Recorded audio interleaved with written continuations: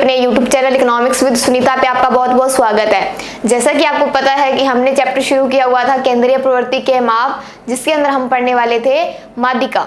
हमने माध्यक के बारे में जाना था कि वो क्या होता है और उसकी जो अलग अलग विधियां हैं वो हम कर रहे हैं। तो इससे पहले हमने जो विधि की थी वो क्या है, असमूहित आंकड़ों को लेकर थी। तो आज हम क्या करने वाले हैं, समूहित आंकड़ों को लेकर हम करेंगे आज खंडित श्रृंखला और अखंडित श्रृंखला के बारे में। तो सबसे पहले ये कि अगर आपने चैनल को सब्सक्राइब नहीं किया है तो चैनल को सब्सक्राइब कीजिए और साथ ही साथ क्लास अच्छी लगे तो इसको लाइक कमेंट शेयर करना ना भूलें। तो चलिए आज आप शुरू करते हैं। 11th क्लास का जो चैप्टर 10 है उसको हम करेंगे। तो इसके अंदर आप देखो असमूहित आंकड़ों की स्थिति में माध्यिका कैसे निकालते हैं। तो इसके अंदर सबसे पहले बात हम करेंगे खंडित श्रृंखला की। अब खंडित श्रृंखला क्या होती है कि इसके अंदर हमें क्या है, कुछ मद दे दिए जाते हैं, जैसे संख्या दी गई है और इसी के अंदर आगे क्या है, आवर्ती दी गई है। हमें क्या दे दी है, आवर्ती दे दी है। आवर्ती यानी कि जो दो मद है वो अब उसकी आवर्ती कितनी बार हो रही है, 2 बार हो रही है, फिर उसकी 3 बार हो रही है, 8 बार, 10 बार, 12, 16, इस तरह से। अब आगे देखो, आपको निकालना है संचयी आवर्ती निकालनी है। संचयी आवर्ती हम लिख सकते हैं इसको CF। अब CF किस तरह से निकालते हैं कि सबसे पहले जो संख्या हमें दी गई है उसको हम लिखेंगे, फिर अगली बार में क्या करेंगे, इसी के अंदर हम इसको क्या कर देंगे, ऐड कर देंगे, जोड़ कर देंगे। तो इसी तरह से क्या है, 3 में 2 जोड़ने पे कितना आया, 5। अब जो 5 आया है उस 5 को हम क्या करेंगे, 8 के अंदर जोड़ देंगे। तो 5 + 8 कितने हो गए, 13। अब इस 13 के अंदर हम क्या जोड़ेंगे, 10 जोड़ेंगे तो कितना आएगा, 23। अब 23 के अंदर जब हम 12 जोड़ेंगे तो उसको क्या बोलेंगे हम, 35। अब 35 के अंदर भी हम क्या जोड़ेंगे, 16 जोड़ेंगे तो कितना आएगा, 51। 51 के अंदर हम क्या जोड़ेंगे, 10 जोड़ेंगे तो 61। 61 के अंदर हम जब 8 जोड़ेंगे तो उसको बोलेंगे 69। अब इसके अंदर जब हम क्या जोड़े, 6 जोड़े, क्या जोड़ेंगे, 6 जोड़ेंगे तो कितना आएगा, 75। अब जब आप इस आवर्ती का जो जोड़ करोगे तो उसका आंसर भी क्या आएगा, 75 आएगा। जब आपका ये आंसर और ये आंसर क्या है, अगर मैच हो जाए तो आपकी जो संचयी आवर्ती है वो क्या होगी, एकदम सही होगी।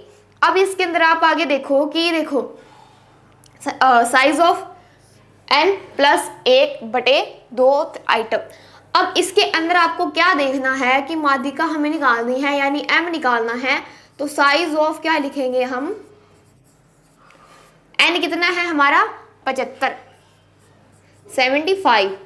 1 जोड़ो, 2 से भाग करो तो हमारे पास जो आइटम आएगी वो हमें मिल जाएगी। देखो क्या मिला हमें, 75 + 1 क्या हो जाएगा, 76 यानी 76।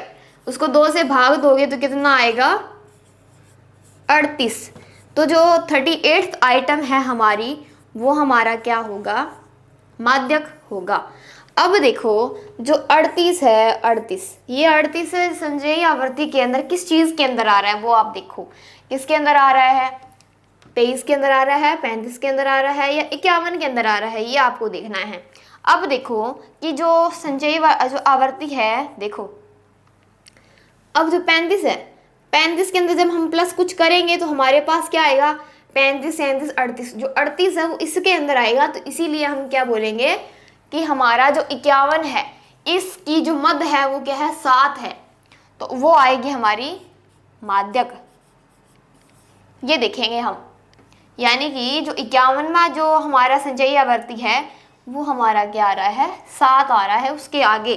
तो इसको हम बोलेंगे माध्यक या माध्यिका। ठीक है, तो ये था हमारा क्वेश्चन खंडित श्रृंखला को लेकर। तो देखो इस क्वेश्चन के अंदर ज़्यादा कुछ नहीं है, बस आपको पता होना चाहिए कि n+1 करने पे हमारे पास 2 से भाग करोगे आप तो आपके पास क्या आ रहा है आंसर, तो उसको आप आगे मद के अकॉर्डिंग देखोगे।